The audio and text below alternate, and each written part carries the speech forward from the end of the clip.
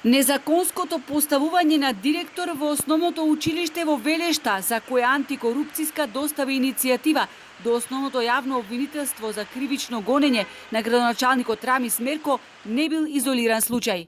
Пензионираниот просветен инспектор Ѓорги Илиевски тврди дека ВД директорката на основното училиште во Велешта не е единствената која немала завршено високо образование, нити пак го имала потребното работно искуство.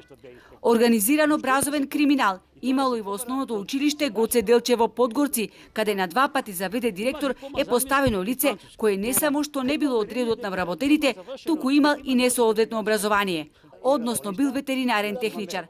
Па така, од штала, директно седнал во директорската фотелја, а во меѓувреме се здобили со диплома.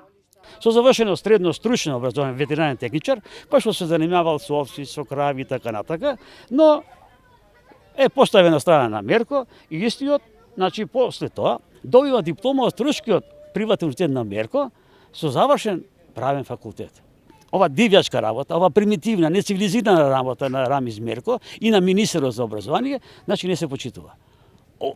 По ова, значи, неминовна е, неопходна е оставка на министерот за образование и наука и превземање на сите чекори кои што треба да биде од страна на јавното обвинителство за организиран криминал.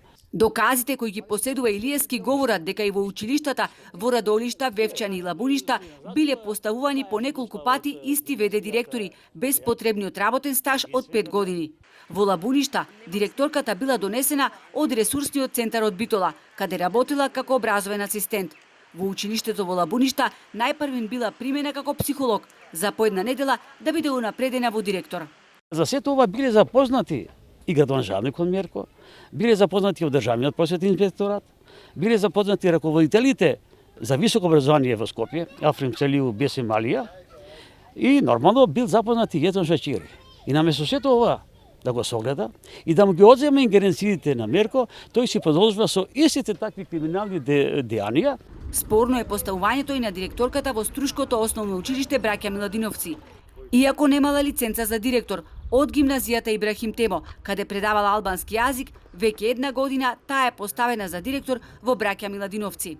Неодамна именуваниот директор на државниот просветен инспекторат Халид Фератов вели дека за спорните директори од Струга, но и од други градови кои ги имало многу, реагирал соодветно до основното јавно обвинителство. Од Министерството за образование се оградуваат одговорност.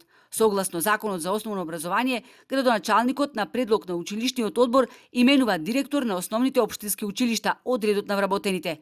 Додека поднос на преставки поврзани со постапка за избор и разрешување на директори постапува државниот просветен инспекторат. Стои во дописот кој ни го испратија.